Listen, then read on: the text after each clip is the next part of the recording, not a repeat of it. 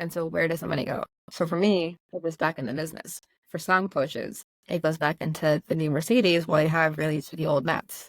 And if that's the case, probably want to find a new gym. Maybe.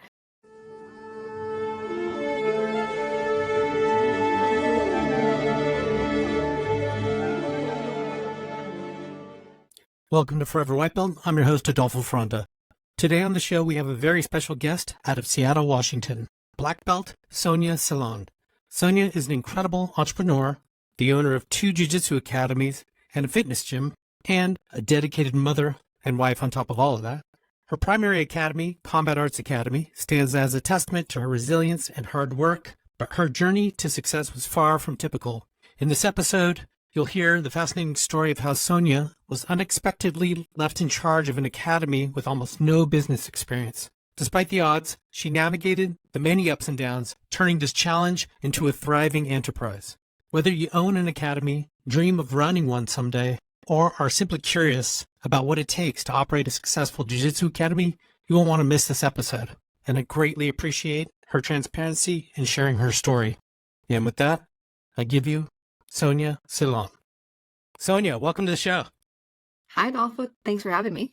You know, I get so many white belts and newly minted black belts that are interested in this dream of opening an academy, and you have a ton of experience there. Your background is fascinating. You are a black belt in Washington State, I should say, and you are the owner of 2 academies. Is that correct?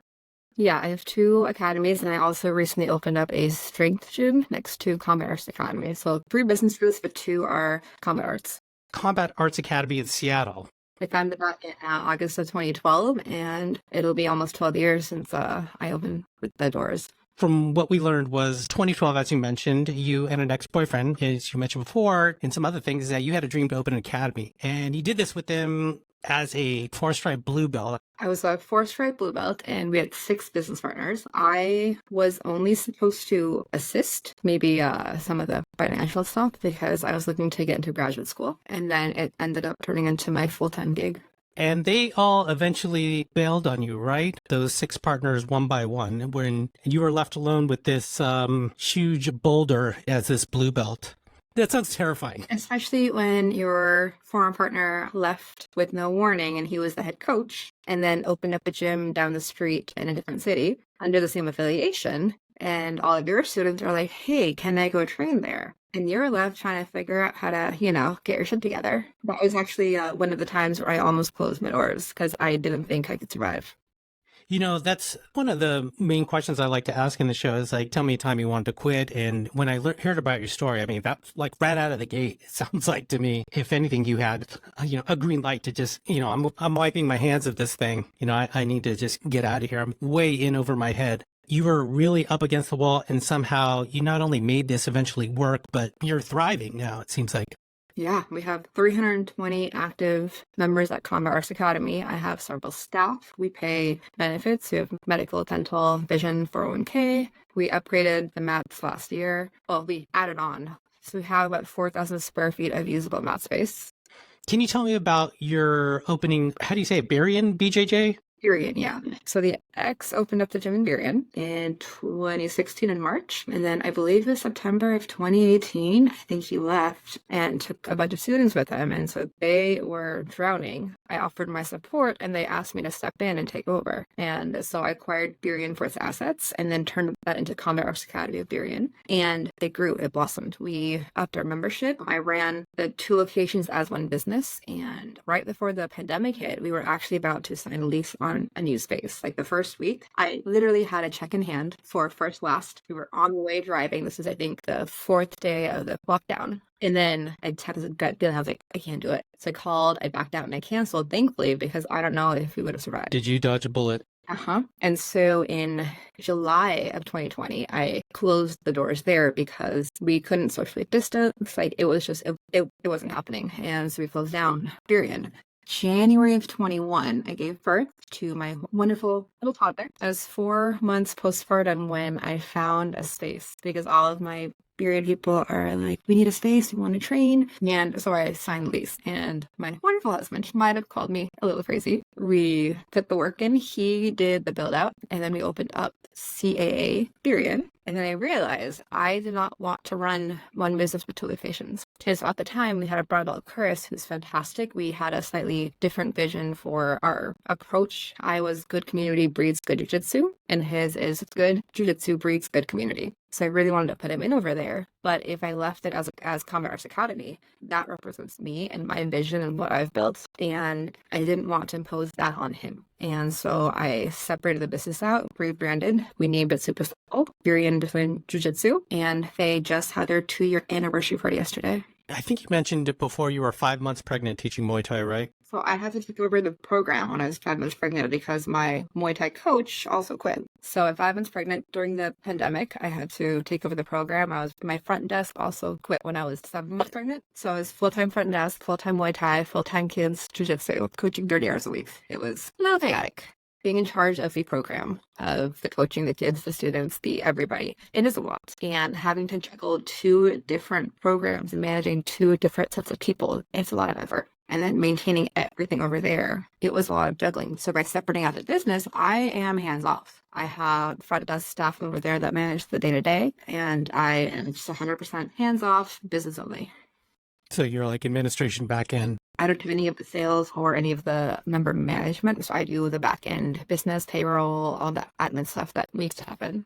Let's zoom in on Combat Arts Academy. I noticed in your programs, as you mentioned, you have BJJ, Muay Thai, strength and conditioning, kids program. You're doing within the kids program, and I'm sure within the other things, all kinds of different like summer camps, and I'm sure you're doing parents' nights out and things like that. Are you doing even more? That's the bulk of it. I mean, I do run kids tournaments in-house. They're kind of small. I don't always market them well, but I'm okay with that because when they're 30 or 40 kids, I can finish that in 2 hours. Had a small one before the last local tournament, the Revolution. I think we had 30-something kids. We had 2 rings running, and we finished it in, I think, maybe 2.5 hours. The kids from us are great because it gives them that pre-tournament experience, and it's fun, friendly. Like, we avoid the cranks. We make all submissions pretty much legal, like Ezekiel's, guillotines, all flatters and stuff, and it's just get to have a blast. Round robin, submission only. For the kids tournaments, definitely parents nights out.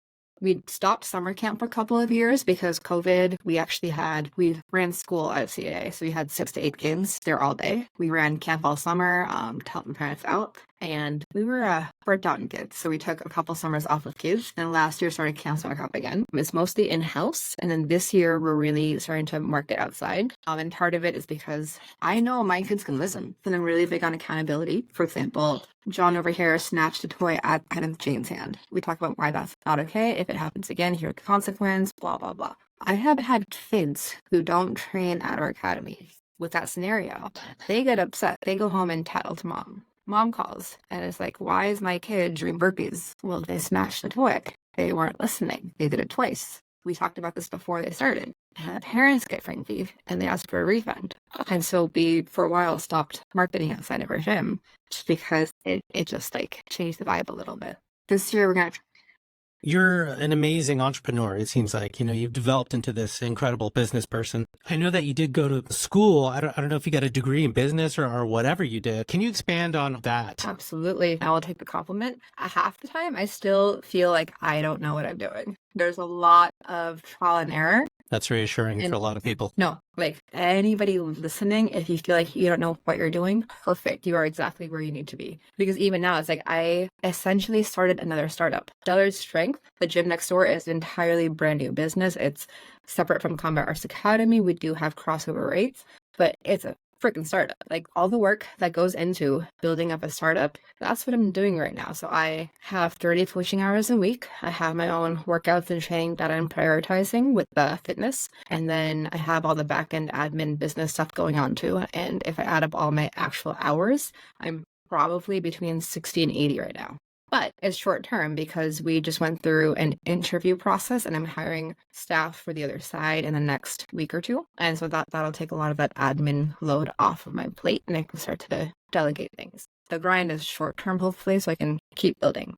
Weren't you talking about opening a cafe as well? Yes, the former lifting space was a 600 square foot space that we had 2 squat racks and crammed 6 people in for classes. And so that moved into the rest of the building, which is 4,500 square feet. So I built a full on strength facility. There's 10 squat racks. We have 60-foot length of turf with 2 or 3 sleds. Got a belt squat machine in there. And so where that old space is, once we get some of the current stuff finished, then we can put in the permitting and start the process. So hopefully within the next 12 months, I will have a cafe up and running in that space. So you kill two birds with one stone, because in our neighborhood, there's not really anything walkable. Back to the whole business question. I have 2 degrees. I have a minor. They are absolutely useless in what I'm doing. I have a Bachelor of Science in Speech and Hearing Sciences. We're thinking about heading down that route for graduate school for audiology or speech and English pathology. I got a Bachelor of Arts for funsies in linguistics because I did a degree audit and I had the languages out of the way because I love language, and I was 5 core classes short of having a second degree. And then because of my language classes and testing into a certain level, I have a minor in Spanish. And none of those helped me in business. So in the beginning, I thought my partners knew what they were doing. They did not. And so one of the affiliations that we joined, Straight Blast Gym, they had a business group. It was helpful to a degree, but I took a lot of what they taught me and turned it into my own. And I think where a lot of people fall short is they're afraid of change and they're afraid of doing their own thing.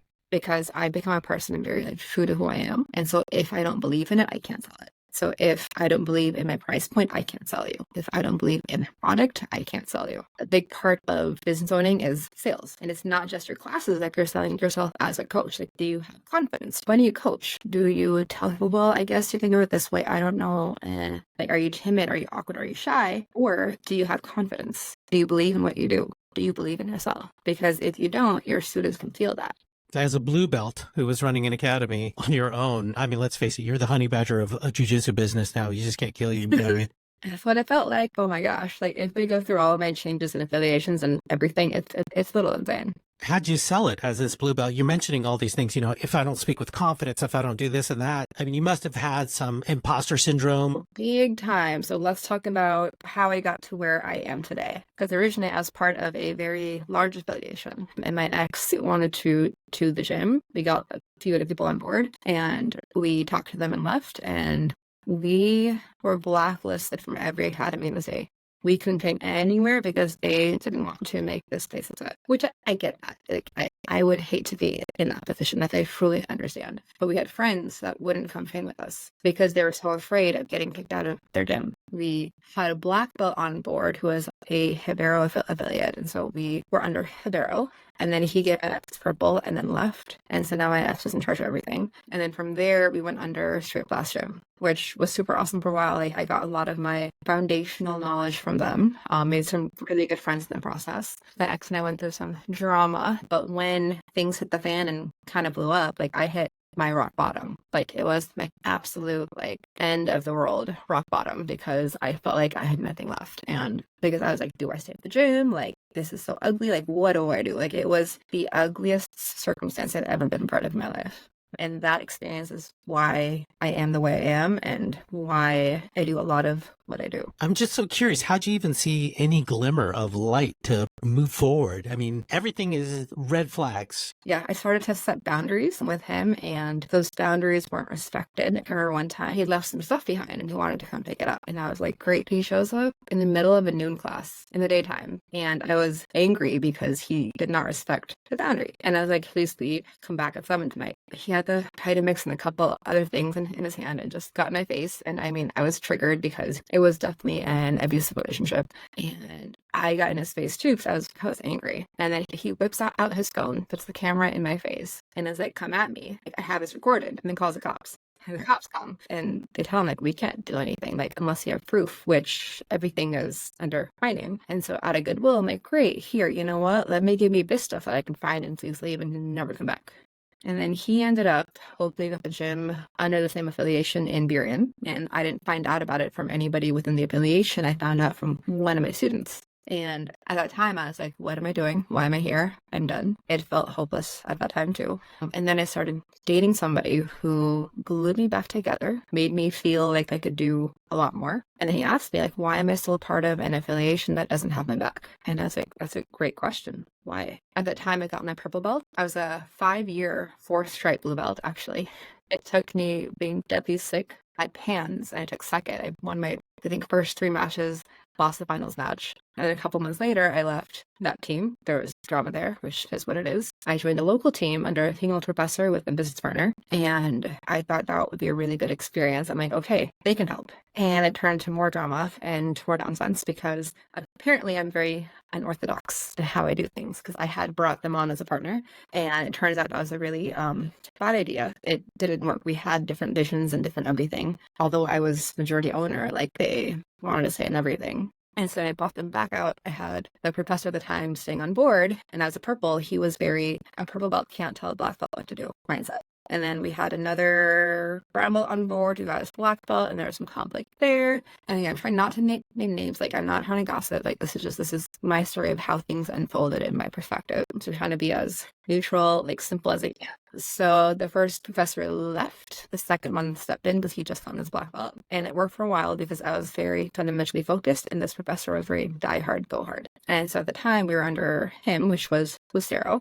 So then, a week before my due date, we had a little tiff, and he up and left and threw me under the bus with social media. And a bunch of students already left because he was teaching behind my back. I wasn't aware. So on top of COVID loss, I also had $3 to $4 grand of revenue lost that way a week before my due date. And then once he left, I said that I would never be under any affiliation ever again. That's where I started flying solo. Again, at the time, like, I still had imposter syndrome. Like, I'm a good coach. I've been coaching kids since I was 14. It was 22 years of my life that I've been coaching. But with adult jiu-jitsu, I felt like an imposter. I really did. But then I had a vision for how I wanted the program to be. Because again, under that previous professor, it was just die hard, go hard. Injuries were normal. At my brown belt test, it was a 2-hour ordeal. And honestly, I'm really happy I did it. Like, it taught me a lot about myself. My knee popped, which was a mild MCL sprain. My professor wouldn't let my husband go next door to grab a knee brace. And then my ankle popped. In the moment, I'm like, fine, I'll tough it out. I'll push through it. It was 2 hours of just hard grind. But the next day, I could barely walk. Yay, longevity. Well, and I'm a very hypermobile person. And I started training in an era of just like, go hard, like, suck it up, like, it's fine, like, tough it out. It was me and a bunch of dudes and maybe 1 or 2 other women. And it was just, you had to be. 15 years ago, I had to be tough and just like be one of the guys. And so I would just train through injuries. And again, being hypermobile, I would let my arm go too far because it didn't hurt. But again, what happens is your ligaments can handle it, but your muscles can't. You start tearing things. So I've changed my perspective a lot in the last couple of years. Preet Mickelson has had a lot to do with that with structure. When I teach bottom escapes, I don't always teach actual technique. It's like, this is the structure that you want to keep. And then from here, you have these options available. I haven't really been rolling because I just have been so broken that the last 4 months I did a drastic lifestyle change. I changed my diet entirely. I switched focus to strength and conditioning and just like hitting it hard with stability and just being strong and being explosive, and my entire body changed. And the way I've rolled since I was broken is just to protect my joints. And so when I competed, like, I lost totally fine. I pulled guard, I was lazy, I made a mistake, and she passed, and at black belt, like, you can't half-ass it. But I felt really safe on bottom because of the way I was moving, keeping my structure. Like, at no point, like, she had a bow and arrow choke in a couple times. I didn't feel threatened. I felt really safe. And so at the Girls and Geese last week, I taught just the basic turtling out concept into your guard. A lot of people were like, whoa. This makes it so much easier to not get smashed because when your guard gets fast, you try to force the shrimp or force the escape because you're turning towards them, they're putting pressure into you, and they're shoving your legs away. And so if your legs are shoved away, you try to push back against pressure, that's force versus force. But if they're going away from you, why not just turn around and sit back to your guard? And so structure is a big thing I focus on in all of my classes. Let's go way, way, way back. Just for context, for a lot of people who don't even know what an affiliation is or what it means. Can you explain the pros and cons of affiliation and define what is affiliation? Because it's this weird thing. And customers, they walk in, they don't care or know about affiliation typically. And that's what I tell anybody who's like, well, if flying solo, this happened, I'm going to be under somebody. I'm like, it doesn't matter. As long as you believe in what you have, you are golden. The only time it matters is maybe for big tournaments and maybe when you have existing experienced people coming in. But to answer that, an affiliation is essentially, it can be a franchise, but you're under the banner of somebody that has a name. Like maybe a really great analogy would be car companies. Like I forgot who owns who, but like Enterprise, for example, is like the big company and you have these like 3 or 4 other companies underneath them. Those 4 companies can be affiliated under Enterprise. And so it's kind of one way of looking at it. But it's like you have a really big team. And there are so many ways of doing it. Sometimes you have to follow rules. Like you have to have the team gear, you have to follow curriculum, you have to bring the professor out once a year for a seminar and pay the money. And oftentimes for affiliations, you pay monthly dues. And the pros, you have a bigger family. You have somebody legitimate and well known to be under. You might get great material, and you might have other benefits like social media network and more resources. And especially if you're a newer gym owner and you have no idea what you're doing, they can help you build out curriculum and this or that. The cons, you have to follow rules that you might not believe in. You might be under somebody that you also don't believe in. And you might be tied into a contract where you can't get out of unless you pay an exorbitant amount of money. So flying solo, there's so many resources out online that I think it's super easy to be able to fly solo if you do your research. And although I'm independent in that sense, my black belt's under Hannah Sack. She is incredible. And on my belt, I have a little Brazil 21 on there just because I believe in her so much. Because I told myself I would never put on anybody else's patch ever again. But for her, I have mad respect and love for her. It's interesting that you use the word family when you're describing affiliation. It seems like with your experience, these past affiliations have largely been very transactional. Maybe that's what you have now, but I'm curious why you use this word. Families can be very dysfunctional. No, again, pros, when we were a part of Straight Fast Gym, I loved traveling to different gyms, meeting the other coaches, having training partners. It was a great time. Going to the camps was really cool. Some of the affiliations, though, all you're doing is you're paying for the name. You have full creative freedom, but you have this name of this person that you're under. And also for some people, maybe you're a purple belt and you have nobody to rank you. One big pro of being a part of an affiliation is they can help you take care of that part of it. Here, come be under me, come learn from me, and then I will help you with your promotions and ranking as they happen. Your businesses are running great now. As you mentioned, you have 300 plus students at CAA alone. And I've heard you mention before something about the typical numbers, I think for attrition, let's just say anywhere from 10 to 15%. I think you mentioned before you're running at a 3%, which is phenomenal. Correct. Yeah. So I have at Combat Arts Academy, we have about a 3% attrition. So yeah, I have 320 at CAA. At Burien, we have, I want to say 114. And then at Delridge Strength, we have 61 total. And again, as a gym owner, many gym owners don't know their numbers. But that's one of the most important things about actually building your business. How much money does this program make? But this program, I have this many students. What's my average revenue per member? Am I selling retail? Are the hoodies selling or not? What am I making off of gis? Is it worth my time to get custom gis or sell a blank wholesale gi? There's just so many moving pieces that way. And you know every detail part of it, all these various steps. You've dove much deeper than a lot of people that I've spoken to in terms of academy owners. Even on the tools level, you mentioned one of them. I'm sure there's even more. And you really geek out into learning a lot of the nuances of those particular tools. But also, as you mentioned, the business itself, all the variables. I'm curious about your sales engagements and what your pitch is and how does that work? So I'll help you through the two processes because for Combat Arts Academy and Burien, you opt in on the website. You are wanting to do your free 12 class, or maybe you do a raise request because we just signed up for the new CRM with Zen Planner. It's called Engagement. They work on the platform that's Go High Level.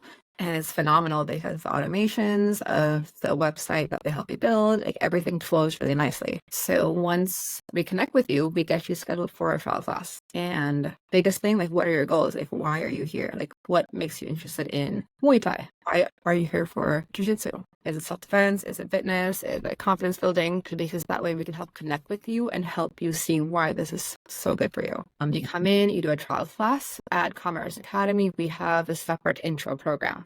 When you're brand new, even if maybe you've grappled before and you have some wrestling and you really want to roll, you go through the intro program. Reason being is you learn how to be a good partner. You learn what a guard is. You learn how to tap. You learn what a submission is. What's a guard pull? What's a takedown? Why? What is the positional hierarchy? When you pass the guard, where do you go? You learn how to do jiu-jitsu, right? You learn the very basic framework that will help you survive in rounds. You learn how to not do the whole get your grips and just the white belt because I don't move you out of intro if you still have that tension. If you can relax as you're training, that's one of the first signs to move you out. The trial comes in, they do the class. Afterwards, my front desk staff, they check in with them. What'd you think? How was it?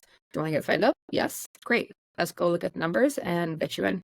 And so we probably have an 80% conversion on trials. And the biggest thing for the coach, You're brand new. Great. What's your name? Awesome. Let's come line up. Hey, class, this is so-and-so. It's their first day. An intro is a true intro. If I get advanced people and they're experienced people, they know. Like, they're not there to learn brand new things. They're there to fix what they know and help new people. Because I genuinely believe if you can teach it to others, if I can break down how to shrimp, how to frame, and why to a brand new day one white belt, I know it that much better. On the strength side, we have a whole different process. Online, they can book what's called the No Sweat Intro as a 30-minute consultation where we go through goals, concerns, and talk about the plans that we offer. And at the end of it, we go through the rate options and get them signed up. And so far, I've had 10 in the last month, and only 2 have not signed up, and those were due to other circumstances versus interest. Like, they were really interested, and they're probably going to get back in touch in the next 2 months. But that process has brought in 8 new members out of 10 over the course of a month. I'm a brand new startup with 0 visibility right now. Your philosophy on a couple things at the website, and one is price, displaying prices. Additionally, on both the Burien and the CAA website, like there's no instructor profiles, there's no name per se, like I am X, which a lot of people like to do. I found it refreshing. Let's expand on both of those. So we are actually building out a new website for Burien because I recently got them on the same engagement platform for a planner. So on there, we will have a coaches page. But I think one of my things for websites, sometimes it's a little bit much. Like, look at me and all my accolades. I totally agree. To me, it's not about the accolades. I don't have a ton of them. It's about, do I care about you and can I help you reach your goals? Right? If you come in because I'm X-time world champ and this and that, and I won this fight, really good fighters don't always make great teachers. And really, even if I have my athletes up there, come try a class out and see if we fit your vibe and if we fit what you're looking for. I don't mind putting the coaches up there, but when I first built out the website, I felt really weird, putting up me and talking about me on my site. I can sell everybody else. I just don't always hype myself up. I am working on that a little bit on social media now, but I much prefer to lift everybody else up. I embrace change. So every 3 to 6 months, I might make a change to the schedule because, again, if things aren't working, there's ways to shuffle. If comp class isn't picking up, how can we make the schedule fit better? We recently added 2-hour classes on Tuesday and Thursday, and I love that class so much because I don't feel crammed to fit rolling into the class. I can take my time with warm-ups and technique and drilling and positionals and then finish with rounds. And it's been phenomenal. But when I first proposed that change, I had a lot of hesitancy. And I was like, you know what? Worst case, we can change it back. It's fine. So with that being said, rates on the website, I'm not opposed to posting rates per se. I think for me, my philosophy is I want you to come experience it before you judge the price. What's the value of what we're offering? So if you see a number, and maybe you can't afford it, but if you see a number, because in your mind, you're like, well, I'm going to pay $50 a month. LA Fitness is 50. I'm going to pay that much. You see the number and you won't even come in. So the way our automations work, you'll opt in and you'll get a text saying, hey, the base rate is this much. Let's chat about more. And most people that inquire about prices specifically tend to not come in because, again, they're not looking for the value of it. They're looking for the price point. Devil's advocate, flip side. If you do post the pricing, you automatically have qualified leads because they know what that rate is and they're still interested. So by having qualified leads, you have less work to do because these leads are more likely to get signed up. What I did seem to understand more about not showing the pricing on your particular situation, I've heard you mention, and what I love about your philosophy is hey, we'll take your money, but we can take it in a variety of different ways. It sounds like smart business. If you want to pay an annual up front, by all means do so. If you want to pay 6 months up front, by all means do so. If you have a family, that'll be a different kind of thing. If you want to do multi-academies, that might be a different thing. And I love hearing about you changing your schedule and this kind of stuff because it's that whole Kaizen mindset of you're constantly iterating, you're constantly trying to improve and make the machine run better, right? Absolutely, yeah. And where I'm not falling short, but I don't have time right now, I really want to get into coach development. And they're amazing and incredible, but let's get on the same page. How do we work with kids? How do we talk to them? What do I expect from you? Are you going to sit there class vouch and not correct the thing? Or are you super hands-on? Do you tell them what to do? Do you show them? How do you work with kids? What happens when somebody gets injured? What happens when one kid's having a really bad day? How do you handle that? I don't expect my coaches to figure it out if I can't teach them. So I can't get mad at them if they handle it incorrectly, if I haven't trained them on how to do it. That is a huge thing. It's one of the things I ask sometimes of academy owners is, yeah, what are you doing to train the trainers? And I think for the most part, everyone's running into that challenge. It's been very few people that have really taken the time to finally get to that point and focus on that because you have so many plates to spin. Yep.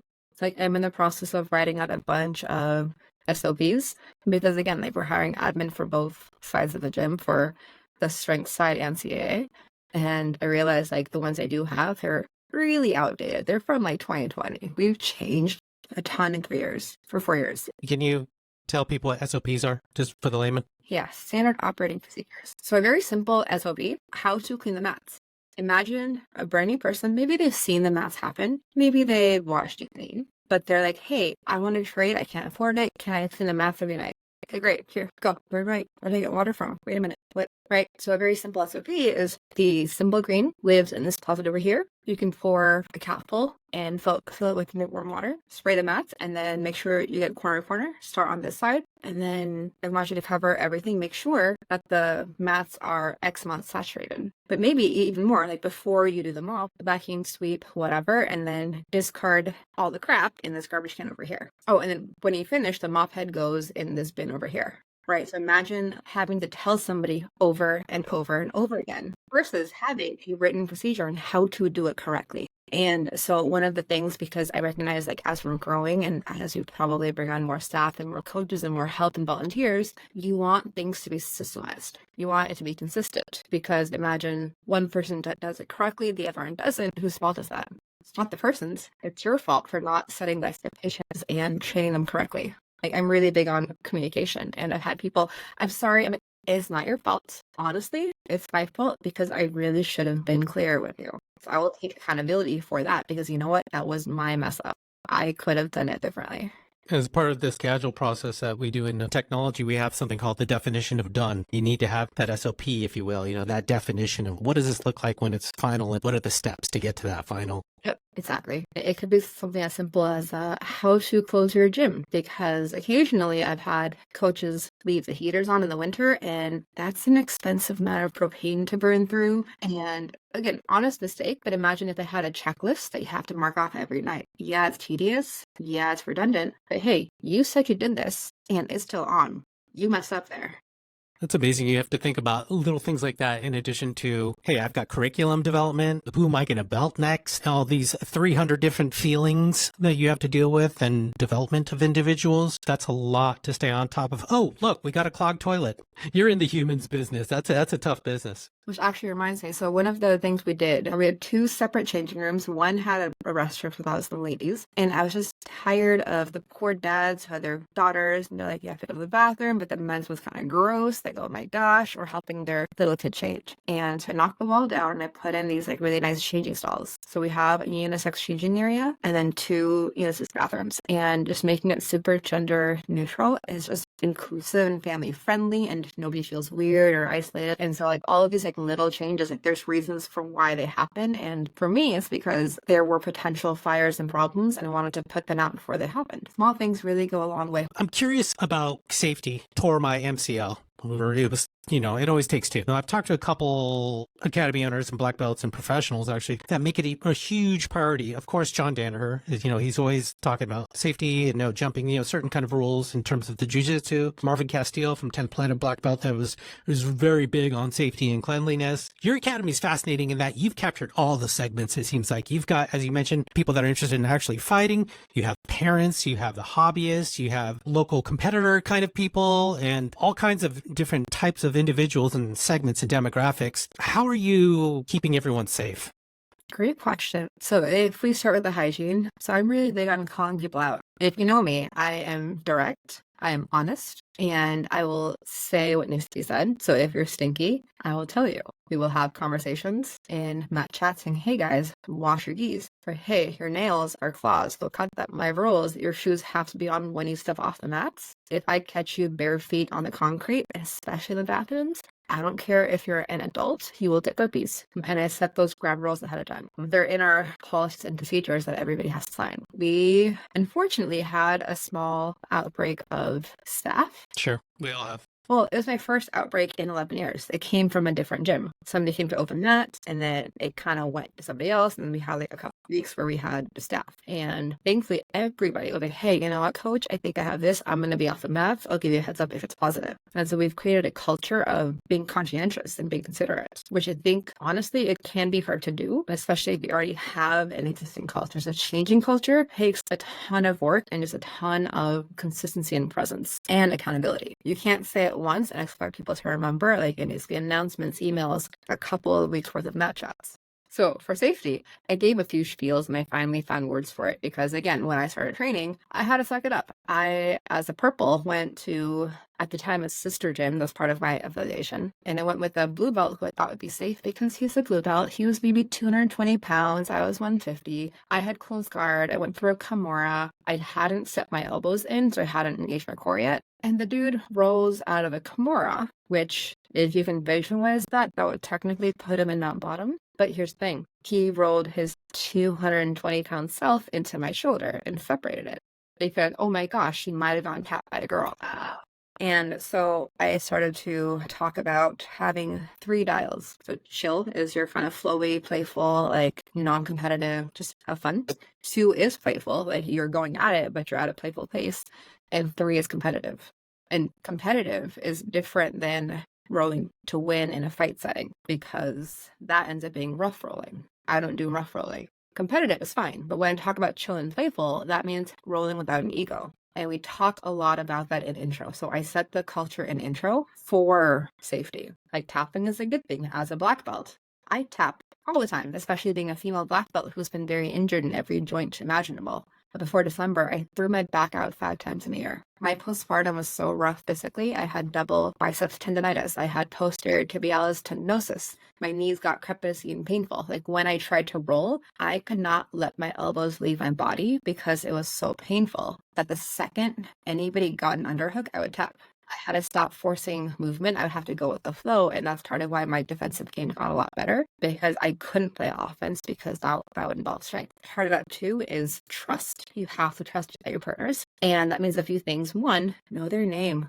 Don't go up to somebody, slap hands and start blowing like, who are you? Where are you from? Great, let's go. Know the person that's trying to armbar you and vice versa. Say no. Like if you start rolling and you don't feel a vibe, like, you know what? That's too much for me. I'm going to sit out. And if they take it personally, that's on them. Because as women, we're so used to saying, oh, I'm so sorry. I don't want to hurt your feelings, so I'm not going to say anything.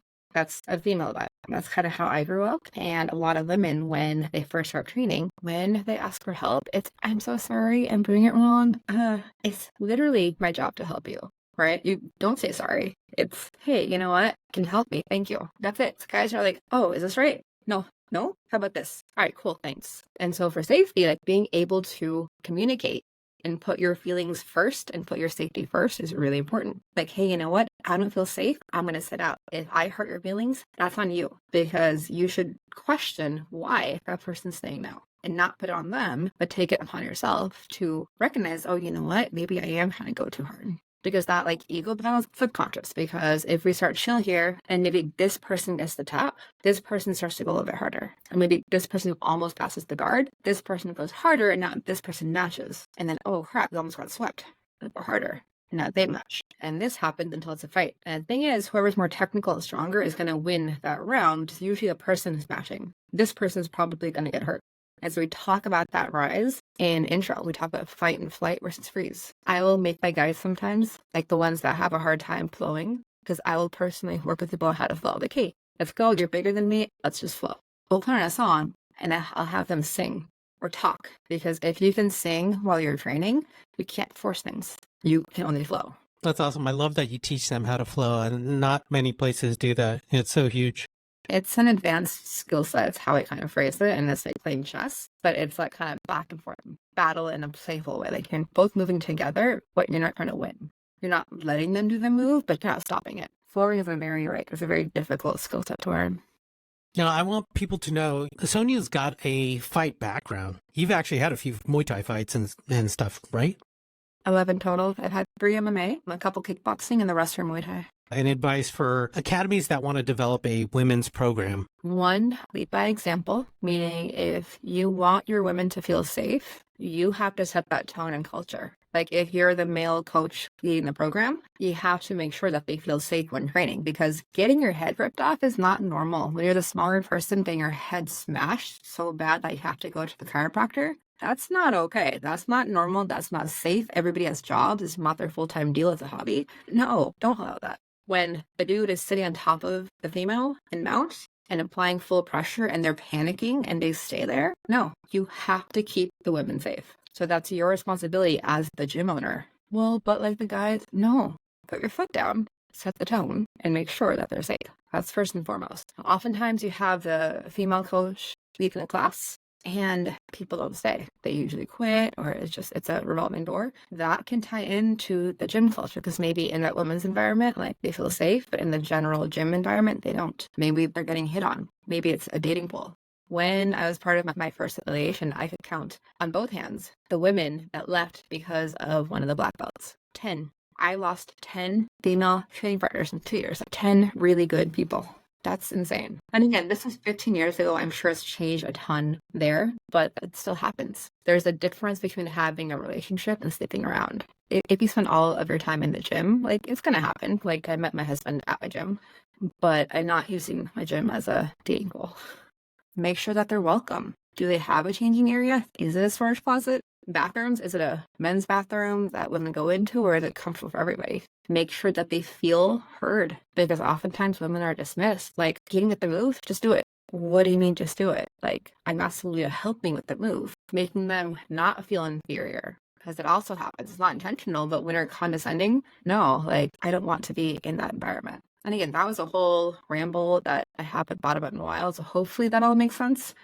But the biggest thing out of all of it is making it a safe, inclusive environment. There's a social media group on Facebook for women in Jiu Jitsu, and I can't tell you how many posts are in there saying, hey, so-and-so is making me really uncomfortable. They're sending me texts, or they grabbed my ass when we were training, and I couldn't tell if it was on purpose. I told my coach, and they said that they would handle it, but it doesn't happen. Or they get dismissed, or they're too scared to talk to their coach, or if they do, their coach would know it's in your head, or it's the good old boys club. Can you explain what Girls and Geese in? And I think you guys have done a few of these. So Sean McCall is one of the founders of Girls and Geese. I think it was back in 2009 is when it was founded. And it's essentially like a rotating seminar style session within a region. So ours is the Pacific Northwest chapter. There's a Hawaii one, Cali, like there's a bunch of them. So it'll rotate gyms and instructors. The instructors are usually brown and black belts. And we recently held one at my academy, and I was one of the coaches along with my original very first coach ever, Cindy Hales. And it was just amazing because it's about camaraderie and being on the mats in solidarity, because a lot of women, they don't have training partners. It's just them and a bunch of guys. And so it's inspirational for them to see, like, hey, you know what? Look at all of these amazing women on the mats together. It's a nonprofit. All donations go to scholarships and just supporting other women in Jiu Jitsu. Can you give me like a aha moments or a moment, something that comes to mind? Oh, absolutely. I've had so many of them. Preet Mickelson comes to mind. I love Preet to death. We are having him back in September. His grilled chicken heart, because the word in Estonian literally translates to rotisserie. And it's the foundation of my guard game, and it makes my retention awesome, and it just changed my guard perspective. It saved me from some sports and pastoral stuff. It's fantastic. Margo Ciccarelli, just a couple super simple details on daily hiban bolo. Changed my game. And just in general, the first time I attended a seminar with them, I was in a really big funk. I was 8 months postpartum, maybe 7 months. And it was just really inspiring. JT Thomas with his lazy guard was amazing. And the last bout with his daily heel passing was amazing. And just a couple little details, his hula hoop motion, game of the year. J-Flow, he'll be here in June, but attending his session at the Nogi Summit and then at Bellingham BJJ. A couple of really small details. Like, I don't play stand-up very much. I like my guard game for competition. I can teach stand-up, but it's not my jam. His sessions tied in some small details that just made my game cohesive. Again, I haven't really had anybody to teach me for a long time. And so I bring people up for my students to experience, and also they're beneficial to me as well.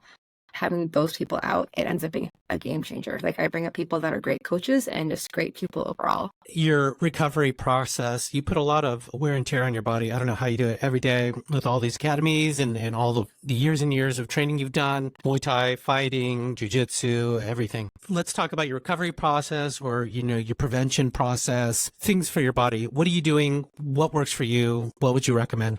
Great question. So it was postpartum that really messed me up because with the hypermobility, like my pregnancy was rough. I stopped moving. It was during the pandemic. Running was what kept me sane the first couple of months. And then at month 4, I ran a mile. I had to hobble back because my pelvic pain was so bad. And my OB was dismissive, like, oh, it's too early. I couldn't walk a mile. Like I just had intense pelvic pain because I had the pubic symphysis dysfunction. And so I was really sedentary. And so after I had Jersey, it was really hard to get back to movement. It was really hard because I had, again, as I mentioned, the tendonitis, the knee issues, my pelvis was bad, my back was bad, my shoulders were flared up, my elbow, like everything was messed up. So I signed up to do Master Worlds that year. I lost 2 points, but it made me train and move, and it was a good experience. I was tired of feeling crappy. My coach worked with me 4 times a week for an hour for rehab.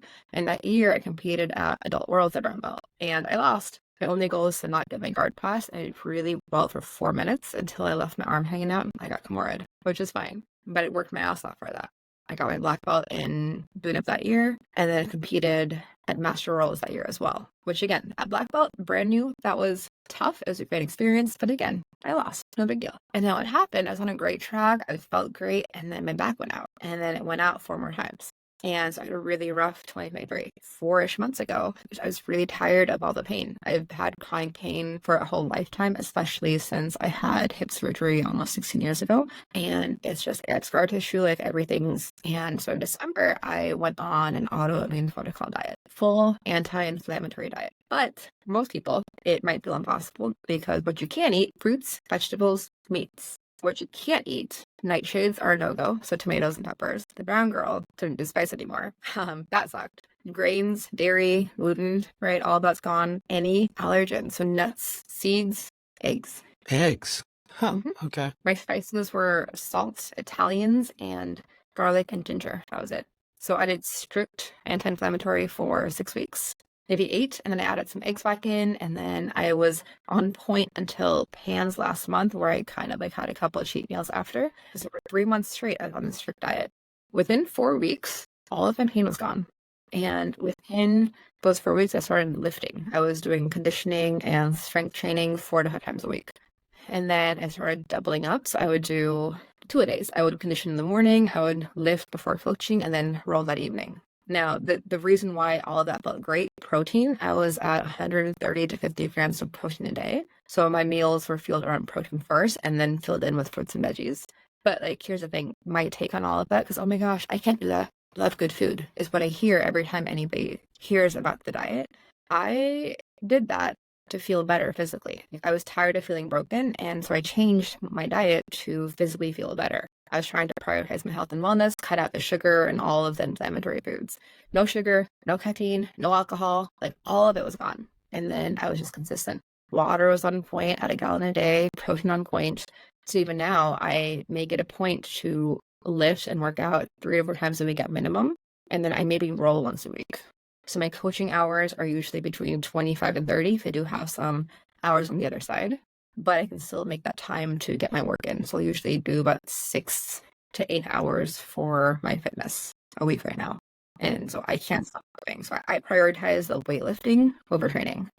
I want to talk about tools because I touched on it a little bit earlier. I called you a nerd in jest. What I am. And you mentioned Zen Planner. I think I've heard you mention Discord before, some other tools. What kind of tools, applications are you playing with, and how are you getting the most out of them? So Zen Planner has 2 aspects. There's the studio, that's the member management, which is phenomenal for keeping track of people's bills and memberships. We can leave notes about what we talked about because everything is recorded. Hey, I talked to so-and-so about their membership today, or I try to gather card information. My front desk staff, they leave accurate notes. And then we can run reports, literally any report you want to. It could be about, I want to know how many female students I have in this program between the ages of 8 and 12. And as long as you're maintaining accurate data, it'll pull up every single person you have and tell you how many. And it can run revenue reports, like how much money does each program make per month, per week, per year, per quarter. So it's really multifaceted that way. The only complaint, the retail section is a little clunky, but everything else is great. The second aspect is engagement. That's their CRM.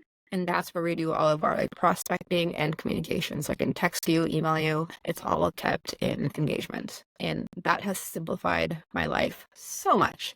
It makes prospecting and sales a lot easier and just managing everything. It's simplified my life tenfold. I have it for all 3 academies. It's expensive, but it pays for itself with new members and time, because your time is valuable. Like, how much time do you put in trying to text people from your phone instead of the computer?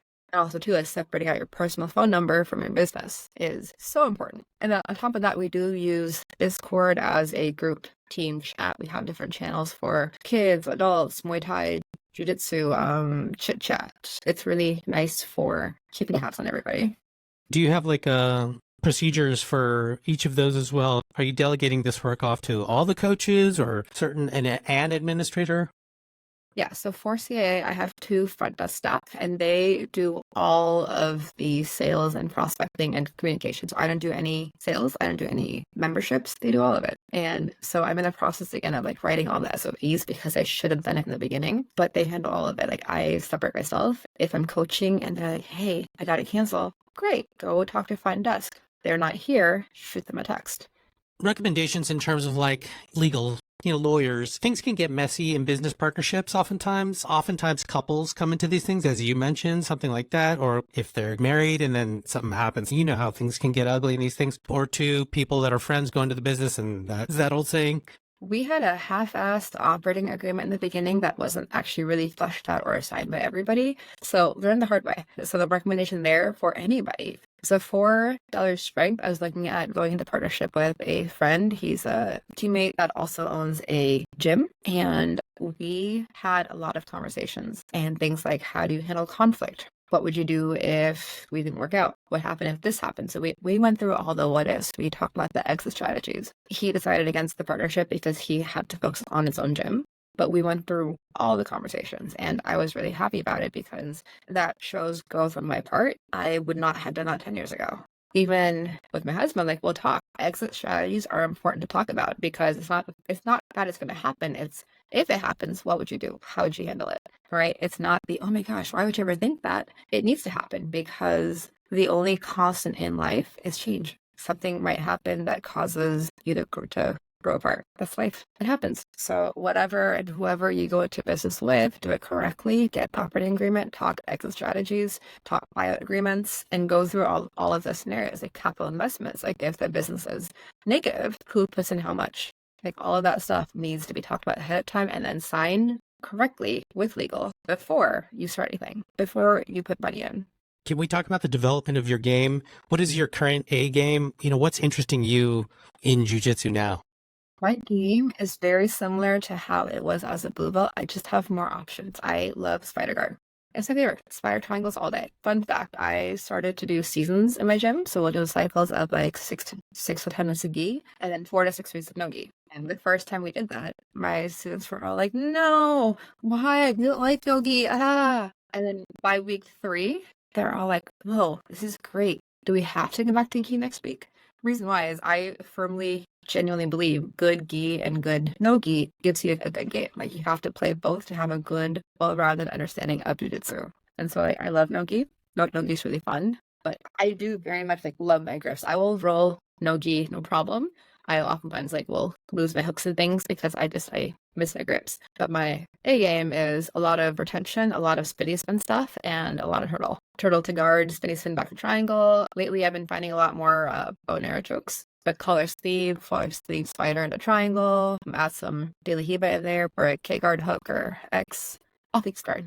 One of the things that's hard for business owners, and I think it's so good for students to see it too, is what the back end looks like. Like, oh my gosh, why am I paying so much? Like, where do the bills go? Like, what are we paying for? Like, why? Because when you look at overhead, if you have payroll, the expenses, the taxes, the sales tax, if you have employees, you're paying for L&I and like employment security. There's a ton of expenses paying insurance. So my family, we have healthcare through the gym. I have 4 other employees also on medical. I pay $2,800 a month for medical, and then the dental, and then for the 401k, I match up to 5%. And so where does the money go? So for me, it was back in the business. For some coaches, it goes back into the new Mercedes while you have really into the old mats. And if that's the case, you probably want to find a new gym. Maybe. But again, it's mindset, it's about the culture, it's about like what you want for yourself too. Like, are you cool if your coach doesn't care about you or the gym? Great, no big deal. So I just think there's so much that goes into the ownership and just the culture building and the business, because what it is not just about the money and it's not just about the people. It's how can you do both well and with transparency. Like, we've raised our rates twice since COVID. The first one was by 20 because we hadn't changed our rates in years, and inflation's real. Like, it's affecting all the costs. The second one, we did a small change for our level 2 program at $10. And both times we made a change, I gave the option. And like, if you cannot financially afford it, come talk to me. The first time I had one person take advantage of it. The second time, no big deal, no complaints. Everybody was fine. And so there's a lot to be said about being transparent and being authentic. And then also to like taking your emotion out of it. Because when you are emotional about things, then it affects everybody else. Like, be objective, be neutral, be passionate, but also like, how do you connect with your members? Where can we get more information about you and everything that you've been up to? For Combat Arts Academy, we have our website. It's caaseattle.com. But probably easier for everybody is the social media. So Instagram, it's at Combat Arts Academy. And then for me personally, it's my first name and last name, Sonia Sillan. You can find the gym for Burien, the one for Dollar Strength. I have one too many accounts. So find me on Instagram. Sonia, thanks so much for your time. Yeah, thank you for having me. I'm looking forward to being back.